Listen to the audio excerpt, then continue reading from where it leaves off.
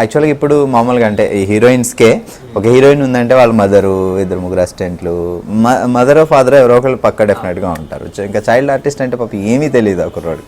So through out mummy వచ్చారా నీకు కూడా? యా, మ్యాక్సిమం మమ్మీ వచ్చేవారు. ఫస్ట్ షూట్ అప్పుడు అయితే మా మామయ్య వచ్చేవాడు షూటింగ్కి. ఎందుకంటే అప్పుడు మమ్మీ ఏంటంటే ఎక్కువ ఇన్ఛార్జ్గా వర్క్ చేశారు అప్పట్లో schools. So it's very responsible position. అలాంటప్పుడు ఎక్కువగా మాని రాలేకపోయేవారు అనమాట. సో అప్పుడు మా మామయ్య తీసుకెళ్ళేవాడు. So he was also very much encouraging. అంటే మొత్తం ఫ్యామిలీ మెంబర్స్ ఎలా అంటే, నేను ఒక పర్ఫార్మెన్స్ ఇస్తున్నాను అంటే ఒక దగ్గరికి అందరు వచ్చేసేవారు. ఓకే, నువ్వు సెలబ్రిటీ వాళ్ళకి మావాడు ఇస్తున్నాడు రండి కమాన్. I was really lucky to have all such kind of family members. అందరూ ఎంకరేజింగ్గా ఉండి అందరూ అది చేయరా పర్వాలేదు చేయి, నో ప్రాబ్లం. ఎంతమంది ఉంటారు చెప్పు?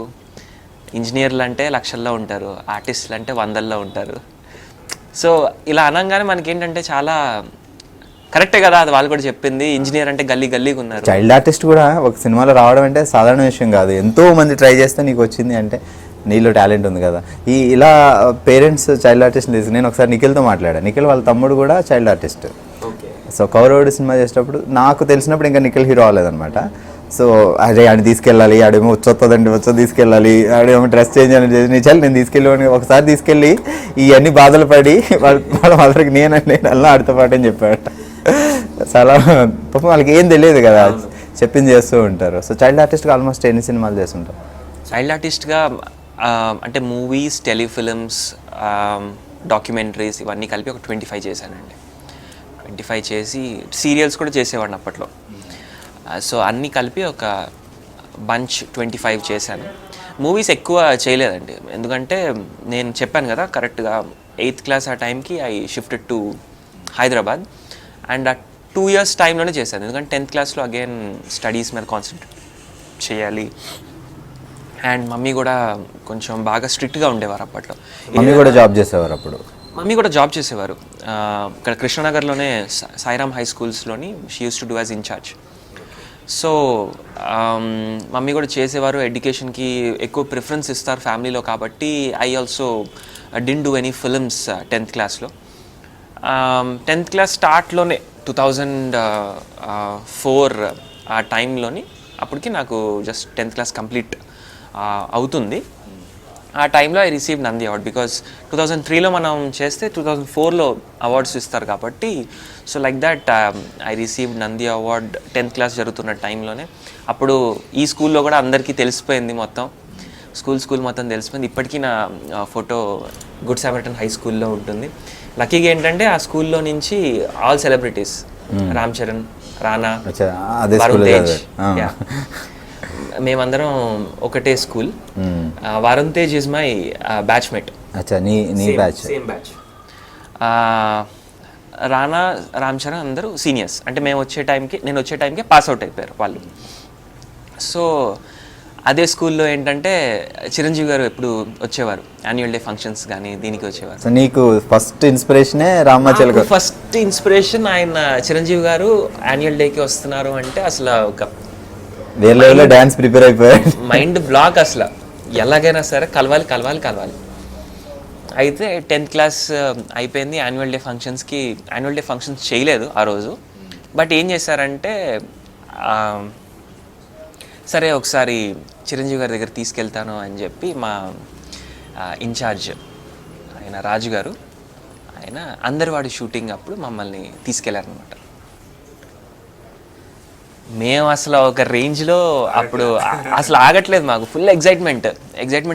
అప్పటికే నంది అవార్డు నేను ఫొటోస్ పట్టుకొని వచ్చాను, రెడీగా తీసుకొచ్చి చిరంజీవి గారి సాంగ్స్కి నేను వేసిన ఫొటోస్ ఉన్నాయన్నమాట. అప్పట్లో ఫోన్స్ అవన్నీ అంత వీడియోస్ లేవు. సో ఏంటంటే ఫొటోస్ ఉన్నాయి, ఎక్స్ప్లెయిన్ చేద్దాం, ఇలా ఎంత ఫ్యాన్స్ అంటే అది ఇదని ఎక్స్ప్లెయిన్ చేద్దాం అనుకున్నాను. సో అదే టైంలో ఆయన అప్పుడు రెడీ అవుతున్నారు, మేము ఇక్కడ బయట ఉన్నాం, అందరం క్లాస్మేట్స్ అందరం ఉన్నాం. ఎక్కువ అమ్మాయిలు, ఇద్దరమే అబ్బాయిలు ఉన్నాం, నేను మా ఫ్రెండ్ విష్ణు. వాడు ఇద్దరం ఏమో ఫుల్ ఒక రేంజ్లో మాట్లాడుకుంటున్నాం. అసలు అటు ఇటు అందరు పోతున్నారు. అరే ఇలానే రా మా షూటింగ్ జరిగేది, ఆయన చూడు ఆయన ఏదో మేకప్ అయి ఉంటుంది, ఇది ఇది ఏదో మాట్లాడుకుంటున్నాం ఇష్టం వచ్చినట్టు. ఒక అతను ఇలాగ వెళ్తే నేను ఇలా కన్నెగరేస్తున్నా ఆయన వైపు. ఎగరేస్తుంటే ఓహో అవునా అన్నట్టు ఆయన చూసుకొని లోపలికి వెళ్ళారు. అప్పుడే మేము అందరం గ్యాదర్ అయ్యాము, రాజుగారు అందరం గ్యాదర్ అయ్యాము, అక్కడ నించుని ఉన్నాం. చిరంజీవి గారు వచ్చారు. We were like awestruck. ఈ అమ్మాయిలేమో మాకంటే ముందు మాట్లాడేస్తున్నారు. ఎక్కడికి వెళ్ళినా వీళ్ళు ముందు మాట్లాడేస్తున్నారు బాబు అని చెప్పేసి అంటే ఎప్పుడు మా టైం వస్తుంది అన్నట్టు మేము వెయిట్ చేస్తున్నాం. వీళ్ళందరూ మాట్లాడుతున్నారు, వీళ్ళంతా చేస్తున్నారు. అంత లోపల ఈయన వచ్చారనమాట. ఇందాక నేను కన్నెగరేసానే, ఆయన వచ్చారు. ఆయన వచ్చి సార్ గురుగారు చూడండి, ఇతను ఈ అబ్బాయి చాలా యాక్టివ్గా ఉన్నట్టున్నాడు, ఎటు వస్తుంటే కన్నెగరేస్తున్నాడు అది ఇది అంటే, అప్పుడు రాజుగారు మా వైపుకి డైవర్ట్ అయ్యి చెప్పారనమాట, ఈ అబ్బాయి ఆర్టిస్ట్ అండి, తను చైల్డ్ ఆర్టిస్ట్గా చేసి నంది అవార్డు గెలిచారు అంటే. అప్పుడు మా మీదకి అటెన్షన్ వచ్చింది. ఇంకా మేము మాట్లాడుతున్నాము, అంతా హ్యాపీగా మాట్లాడుతున్నాము. He was very receptive and చాలా బాగా మాట్లాడారు. అంతా మాట్లాడుతున్నారు, అంతా హ్యాపీగా ఉంది. మళ్ళీ ఈయన అడిగారు అనమాట, అవును ఇంతకు నీ ఫేవరెట్ హీరో ఎవరు అని అన్నారు. ఆ టైంలో ఏమైందో తెలియదు కానీ పవన్ కళ్యాణ్ అనేసి ఫాస్ట్గా వచ్చిందా అంటే అసలు నాకు అర్థం కాలేదు ఏం చేస్తున్నాను నేను. నేను ఒక్కడనే కాదు, నా పక్కన నా ఫ్రెండ్ ఉన్నాడా, వాడు కూడా చెప్పాడు. ఇద్దరం కలిసి పవన్ కళ్యాణ్ అని చెప్పాం. మాకు మైండ్ బ్లాక్ అయిపోయింది. అసలు అక్కడ ఉన్న వాళ్ళు కూడా మైండ్ బ్లాక్, అక్కడ ఉన్న వాళ్ళు అందరూ మైండ్ బ్లాక్ అయిపోయింది. బట్ చిరంజీవి గారు ఎంత మంచి వ్యక్తి అంటే, మా ఫ్యామిలీ మెంబరే కదమ్మా. నా పేరు కంటే మా తమ్ముడి పేరు చెప్పావు కదా, ఐఎమ్ ఫీలింగ్ రియలీ హ్యాపీ అని చెప్పారు. దానికి ఆయనకి హ్యాట్స్ ఆఫ్ చెప్పాలా, కింద పడిపోయి దండం పెట్టాలి, నాకు అర్థం కాలేదు సీరియస్లీ. ఎందుకంటే మేము seriously we are all Chiranjeevi fans from చిన్నప్పటి నుంచి మా ఫ్యామిలీ మెంబర్స్లో చాలామంది అందరం Chiranjeevi fans.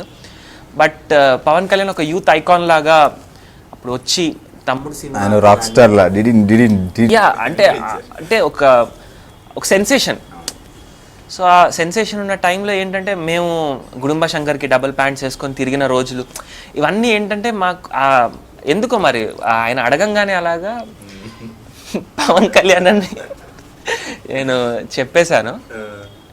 But I felt very happy with ఆయన రెస్పాన్స్. ఆయన అంత హుందాగా చెప్పంగానే చిరంజీవి గారే అని నేను అప్పుడు నాకు రియలైజ్ అయ్యింది. And I felt really happy. So ఇంత మంచి పర్సనా, ఇంత డౌన్ టు ఎర్త్ పర్సనా అని నాకు అప్పుడు అనిపించింది. సో కన్ను ఎగరేయడం వల్ల అటువైపు డైవర్ట్ అయింది. సరే, కన్ను ఎగరేయడం ఎలాగో వచ్చింది కాబట్టి కన్ను ఎగరేయడం ఎవరి మీద అయినా లేకపోతే అమ్మాయిల మీద కూడా ఉండేదా? లేదండి, ఆ టైంలో ఏంటంటే అంత నాలెడ్జ్ మాకు లేదు. అసలు మేము మీకు అర్థం కావట్లేదు. గుడ్ సామరిటన్ హై స్కూల్ అంటే అబ్బాయిలు వేరు, అమ్మాయిలు వేరు. అమ్మాయిలు ఒక బ్రాంచ్ లో ఉండరు. దూరంగా ఉంటేనే కన్నేరేయడం అవసరం వస్తుంది అలా అంటారా? లేదు, బ్రాంచ్లు కూడా వేరు.